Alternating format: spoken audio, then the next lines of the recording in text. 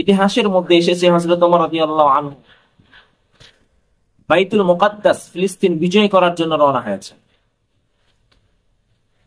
উটের উপরে আরোহণ করছে, সাথে গোলাম ছিল। উট একটি। হযরত ওমর রাদিয়াল্লাহু আনহু বললেন, উট যেহেতু একটি, তুমিও মানুষ আমিও মানুষ, কিছুক্ষণ আমি উটের উপর আরোহণ করব, কিছুক্ষণ তুমি আরোহণ। আমি লাগাম টানবো, তখন তুমি উপরে থাকবে, তুমি লাগাম টানবে, আমি উপরে থাকবো। এইভাবে পালাক্রমে মদিনা থেকে রওনা হয়ে ফিলিস্তিনের কাছাকাছি চলে গেলেন। একেবারে কাছাকাছি যখন চলে গেছেন, এখন হযরত ওমর রাদিয়াল্লাহু আনহুর লাগাম টানার পালা আর গোলামের উপরে ওঠার পালা।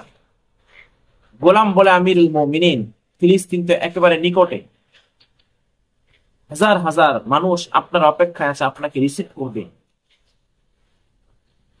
এখন আমি আর লাগাম না টানলাম, আমি লাগাম টানি, আপনি উপরেই থাকেন, আপনার নিচে নামার কোনো প্রয়োজন নেই, আমি লাগাম টানি।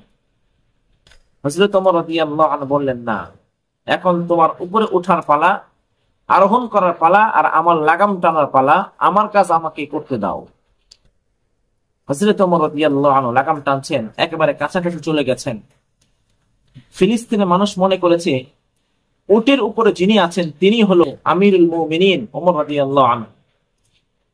উপরে যিনি আছেন তাকে আহলান সাহলান মারহাবান তাইয়িবান, স্বাগতম, লাল গোলাপ, শুভেচ্ছা, এভাবে তাকে রিসিভ করার জন্য প্রস্তুতি নিচ্ছেন, আহলান সাহলান বলে যাচ্ছেন। আর উপর থেকে গোলাম বলছে, আমি না, আমি না, আমি আমিরুল মুমিনিন না, আমি খলিফাতুল মুসলিমিন না, ওই যে লাগাম টানে উনি হলেন খলিফাতুল মুসলিমিন।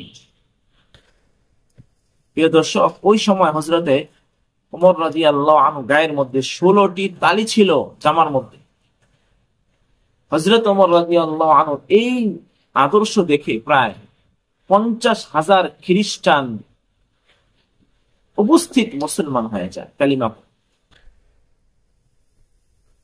আসলে তালিযুক্ত কাপড়, পুরাতন কাপড়ের মধ্যে তালি দেওয়ার মধ্যেও বিনয়ী ভাব থাকে, এবং এটা সুন্নাত, নবী করিম সাল্লাল্লাহু আলাইহি ওয়াসাল্লামের সুন্নাত। আল্লাহ তাআলা তার মনের চাহিদাকে পছন্দ করেছেন, সেটা পুরাও করেছেন।